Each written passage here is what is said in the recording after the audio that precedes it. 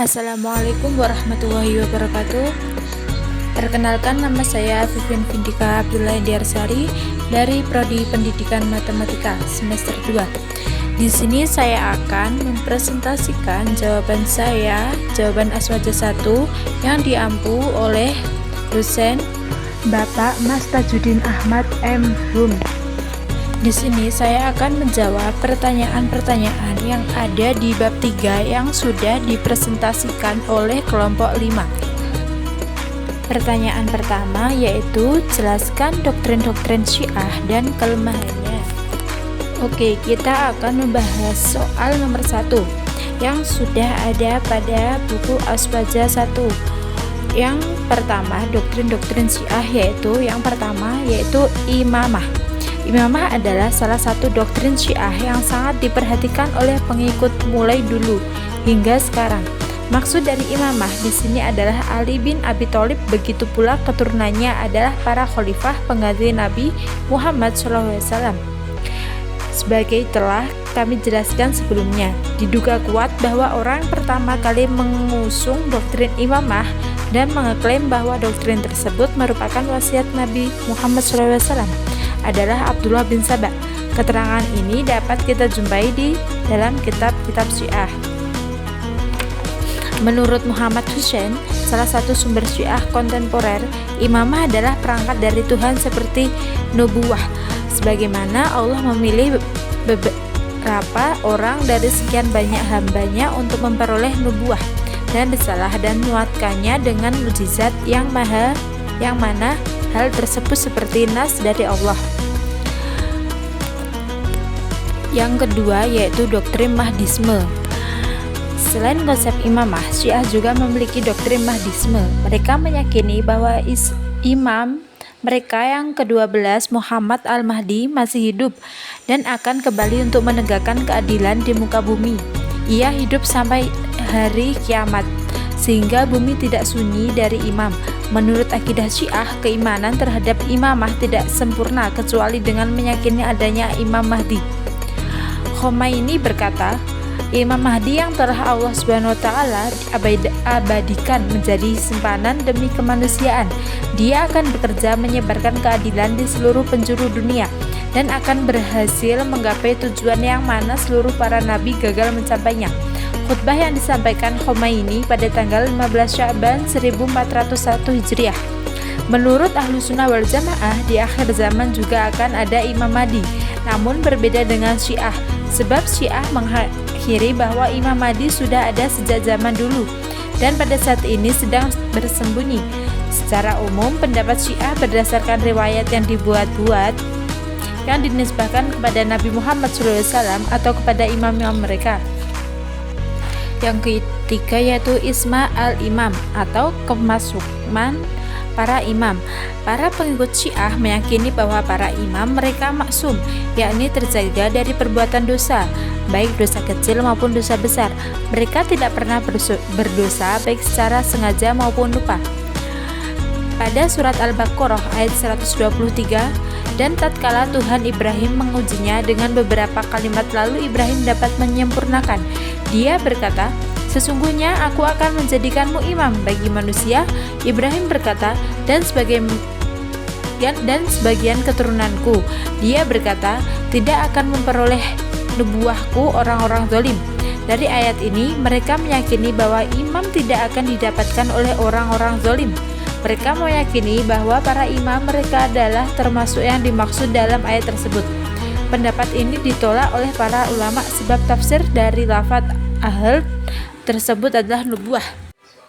Yang terakhir yaitu taqiyah.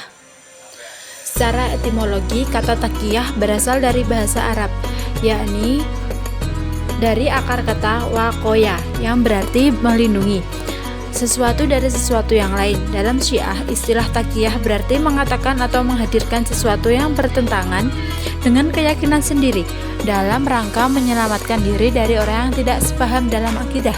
Dalam hal ini, salah satu tokoh Syiah terkemuka, Al-Mufid, menyatakan sebagai berikut.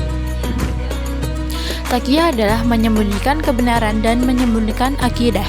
serta merahasiakan terhadap orang-orang yang tidak seakidah dan tidak meminta bantuan mereka dalam hal-hal yang dapat mengakibatkan bahaya baik dalam urusan agama maupun keduniaan.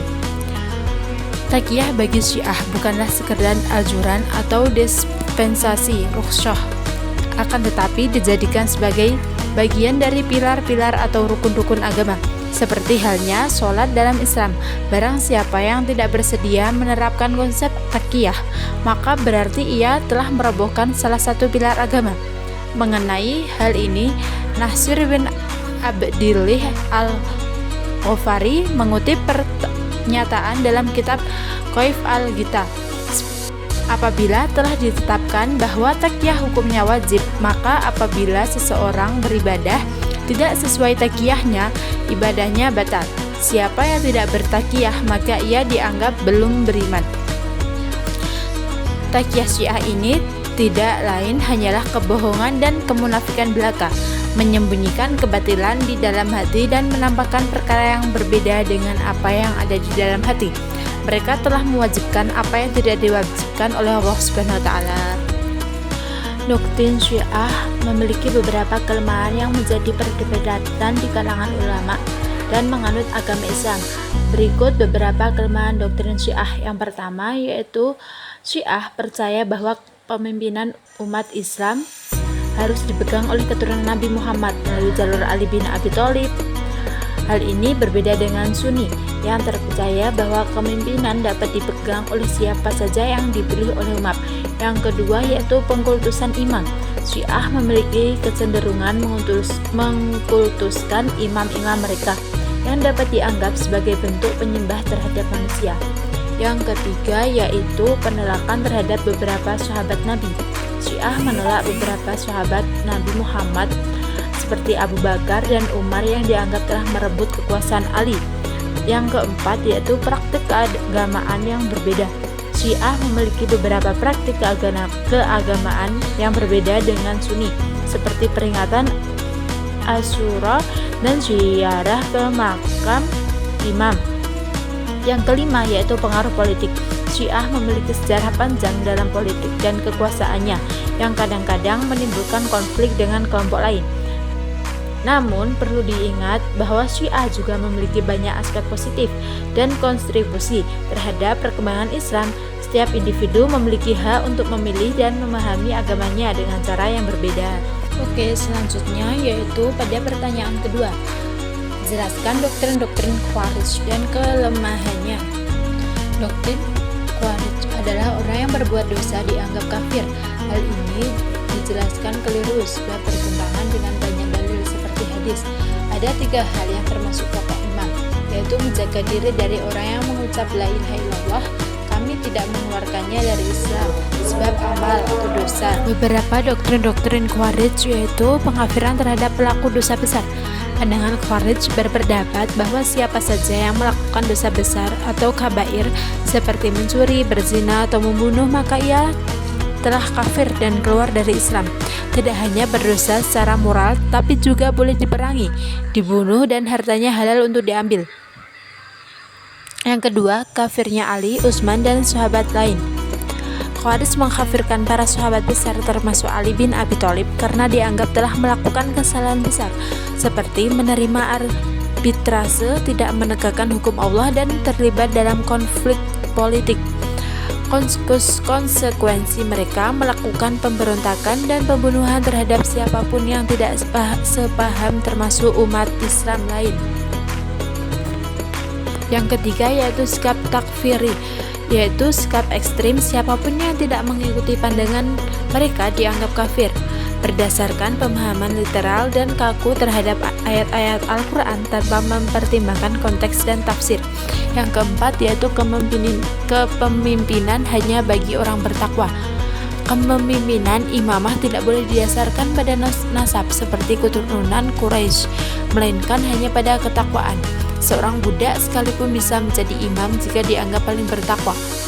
Kesimpulan dari soal nomor 2 yaitu Khawarij adalah salah satu kelompok sempalan dalam sejarah Islam yang muncul karena fanatisme dan pemahaman agama yang sempit.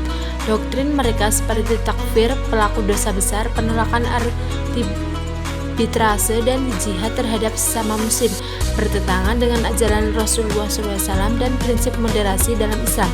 Kelemahan utama mereka adalah ketidakmampuan memahami Islam secara komprehensif, ekstremisme dan menilai orang lain, dan kegagalan membangun masyarakat yang adil dan damai.